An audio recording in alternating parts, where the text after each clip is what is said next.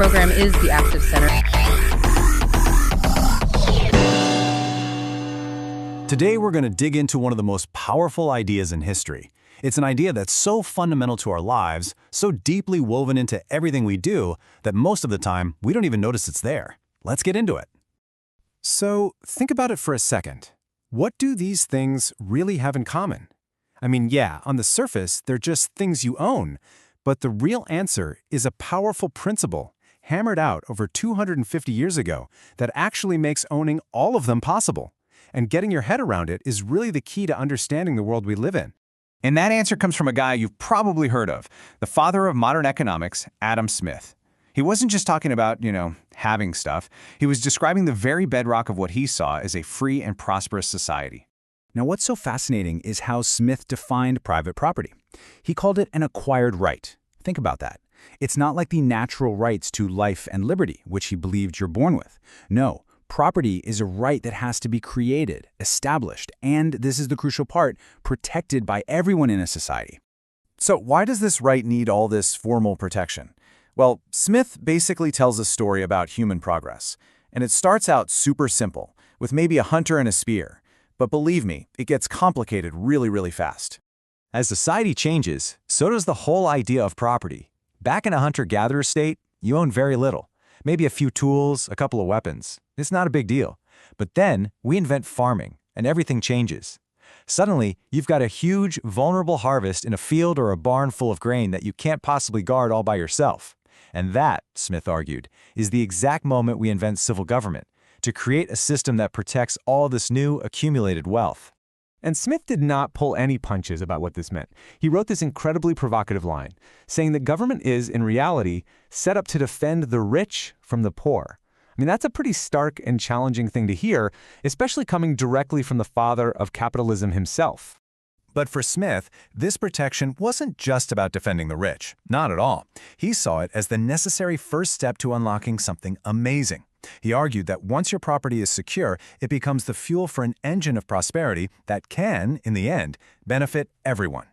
See, with secure ownership, Smith's entire system of natural liberty can finally kick into gear. People can go out and pursue their own self-interest, they can specialize through the division of labor, and that famous invisible hand can start guiding the market. But here's the thing, none of it works if you can't be sure that you actually own what you create. This whole thing really comes down to one incredibly powerful human driver, incentive. Why on earth would you work harder, or innovate, or save for the future if you thought it could all just be taken away from you tomorrow? Secure property rights give you the confidence that the fruits of your labor will actually be yours, and that is the core motivation that makes the whole economy go. Of course, not everyone was buying what Smith was selling. This idea kicked off one of the biggest debates in history, especially when another giant of economic thought, Karl Marx, came along with a radically different point of view. And this slide really lays out the fundamental conflict. For Smith, private ownership was the source of incentive and prosperity for all. But for Marx, it was the tool of exploitation and inequality. He argued that owners steal the surplus value, that's the extra wealth created by workers over and above their own wages, and keep it for themselves. So where Smith saw a system that had to be protected at all costs, Marx saw a system that had to be completely abolished. Okay, I know this debate can seem a bit abstract and historical, but Smith's idea is woven into the fabric of your daily life. So let's connect this 250-year-old principle directly back to our opening question and, well, right into your pocket. Let's start with your home. Because your ownership is legally protected, it's not just shelter, it's a stable asset. It can grow in value, building wealth for your family. You can even borrow against it to start a business or pay for college. For most Americans, it's the single largest source of their wealth. Or take your car.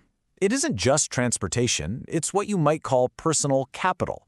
It gives you the mobility to chase after the best job for you, not just the closest one. It actually expands your economic freedom. That is Smith's system of natural liberty in action, just powered by a full tank of gas. And what about your retirement savings? A 401k is a perfect example of this idea of intangible property. The only reason it works is because there's this vast legal framework protecting those investments. And that gives you the incentive Smith was talking about, the confidence to put off spending money today and save for your future, knowing it'll actually be there when you need it. Smith's idea is so adaptable, it even applies to things that don't physically exist. Patents and copyrights are just modern property rights for our ideas. They make sure that inventors, artists, and entrepreneurs can benefit from their own creations, which in turn fuels the innovation that drives our entire creative and technological economy. So, from our homes to our ideas, Smith's principle of private property truly did build the world we know. The question he leaves us with, the one we still wrestle with every single day, is this: how do we best manage the immense power of this idea, balancing the incredible prosperity it creates with the serious inequality it can sometimes cause?